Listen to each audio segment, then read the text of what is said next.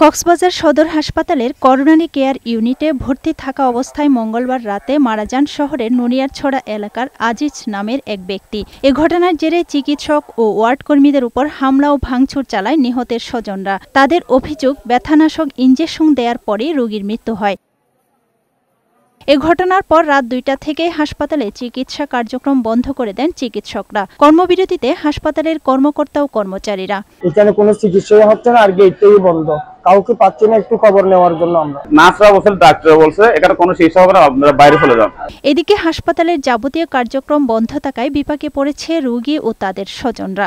সন্ত্রাসী হামলা হয়েছে ডাক্তারদের উপর, ২৪ ঘন্টার ভিতরে তাদেরকে ধরে আইনের আওতায় শাস্তির দাবি জানাচ্ছি।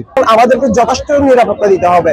সদর হাসপাতালের তত্ত্বাবধায়ক জানান, সবার সাথে আলোচনা করে সংকট মোকাবেলার চেষ্টা চলছে। এই প্রেক্ষিতে আমরা ডাক্তার নার্সরা স্বাভাবিক সঙ্গত কারণেই তাদের তারা নিরাপত্তাহীনতা ভুগছে এখন, এবং এর ফলে তারা দায়িত্ব পালন থেকে অব্যাহত তার বিরতি ঘোষণা করছিল। কিন্তু আমরা দেখলাম, যেহেতু আমাদের পেশাটা মানবতার পেশা, আমরা একটা সিদ্ধান্ত নিয়েছি, সবার সম্মতিক্রমে ইমার্জেন্সি চিকিৎসা চালু থাকবে। চিকিৎসক মারধরের ঘটনায় একজনকে আটক করা হয়েছে। জড়িত অন্যদের আইনের আওতায় আনতে অভিযান চলছে বলে জানিয়েছে পুলিশ। ডেস্ক রিপোর্ট, বৈশাখী সংবাদ।